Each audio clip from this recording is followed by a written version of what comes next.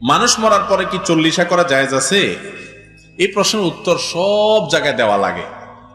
বোঝা গেল বাংলাদেশের সব সমাজে এটা আছে। আপনাদের এলাকায় আছে চল্লিশা? আরে ভাই, তাহলে তো সে পুরা নওয়াজ আবার করতে হবে নতুন করে। সংক্ষেপে বলি, তারপরেও মানুষ মারা যাওয়ার পরে যার আত্মীয় স্বজন মারা যায় তাদেরকে এলাকাবাসী খাওয়াইতে হয় সুন্নাত। তাদের কাছ থেকে খানা আদায় করা এটা ইসলামের শিক্ষা না। হিন্দুদের মধ্যে শ্রাদ্ধ আছে, শ্রাদ্ধ। আমি সব জায়গায় এই কথাটা বলি। আপনি গুগলে গিয়ে লেখেন শ্রাদ্ধ, তালিব বসর অপলা আকার দর পরে বড় ধ লেখা দেন, সার দিলে দেখবেন শ্রাদ্ধ মানে কি। শ্রাদ্ধ হলো হিন্দুদের মানুষ মারা যাওয়ার পরের খানা। সেই জিনিসটা আমাদের মুসলমানদের মধ্যে আসছে। কেউ মারা গেলে যদি তার ছেলে মেয়েরা এলাকাবাসীরা না খাওয়ায়, আমরা অনেকে বলি কি মানুষটা মারা গেল, কি ছেলে মেয়ে রেখে গেল, একটু কারোর হাতও ধোয়াইলো না, এরকম বলে কি বলে না?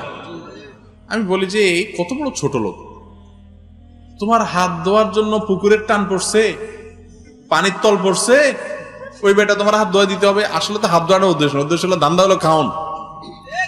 আরে ভাই, মানুষ খুশিতে খাওয়ায়, খুশিতে খাওয়ায়। বিয়ে করছে, নতুন বউ আসছে, অলিমা খাওয়ায়। ছেলে হয়েছে, আকিকা খাওয়ায়, ঠিক না?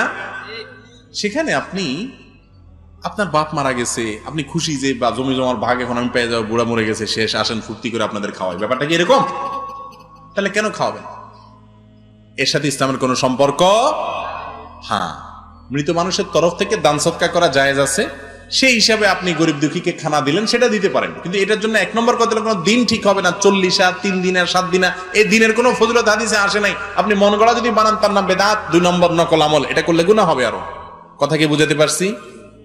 আর দ্বিতীয় কথা হলো যে গরিব খাওয়ানোর নাম দেয়া হয়, আসলে গরিবের তো কোনো বিল নাই। গরিবরা বলে এই চেয়ারম্যান সাহেব খাক, তোরা পরে আয়, ঠিক না?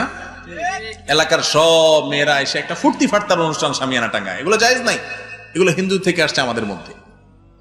যাই হোক, সবচেয়ে বড় কথা হলো যে মৃত ব্যক্তির জন্য আমরা দোয়া করব, তাদের পক্ষ থেকে দান সদকা করব, আরো যে আমলগুলো আছে সেগুলো করবো ইনশাআল্লাহ। আল্লাহ তাআলা আমাদেরকে তৌফিক দান করুন। অনেক পীরের মুরিদেরা বলেন আমার পীরও গায়েবের খবর জানেন। কোরআন হাদিসের দৃষ্টিতে বিস্তারিত জানতে চাই। ভাই, কোন পীর সাহেব গায়েবের খবর জানেন? আল্লাহ কোরআনে বলছেন, কুল, হে রাসূল আপনি বলে দেন। কে বলতেছে? রাসূল সাল্লাল্লাহু আলাইহি ওয়াসাল্লামকে আল্লাহ বলতেছেন, আপনি বলে দেন, লা আ'লামুল গায়ব, আমি গায়েব জানি না। লাউ কুনতু আ'লামুল গায়বা, যদি আমি গায়েব জানতাম তাহলে আমার অনেক কল্যাণ হইতো, কখনো বিপদ হইতো না। উহুদের যুদ্ধে নবী করিম সাল্লাল্লাহু আলাইহি সাল্লাম আঘাতপ্রাপ্ত হয়েছেন না, হন নাই? উনি যদি জানতেন এদিক থেকে আঘাত আসতেছে, তাহলে তো উনি বেঁচে যেতেন। বোঝা গেল নবী সাল্লাল্লাহু আলাইহি সাল্লাম পর্যন্ত গায়েব জানতেন না। আমাদের অনেক ভাইরা এটা নিয়ে অনেক তর্ক করেন। হ্যাঁ, তাকে আল্লাহ তাআলা গায়েবের অনেক জিনিস জানাইছেন, যে আল্লাহ যেটা জানাইছেন সেটা উনি জানতেন, তার গায়েব থাকে নাই। কথা কি বুঝাতে পারছি? আল্লাহ যেটা জানাই দিচ্ছেন গায়েবের এলেম তাকে, সেটা তিনি জানছেন অবশ্যই। কিন্তু তিনি নিজে থেকে সবকিছুই জানেন গায়েবের, ব্যাপারটা সেরকম না। অতএব কোন পীর সাহেব সব গায়েব জানেন, এটা তো কোনোভাবে হতেই পারে না। এটা ঈমান বিধ্বংসী কথা এবং কোরআন হাদিসের সাথে সাংঘর্ষিক বিষয়। গায়েবের একমাত্র মালিক আল্লাহ তাআলা। আমরা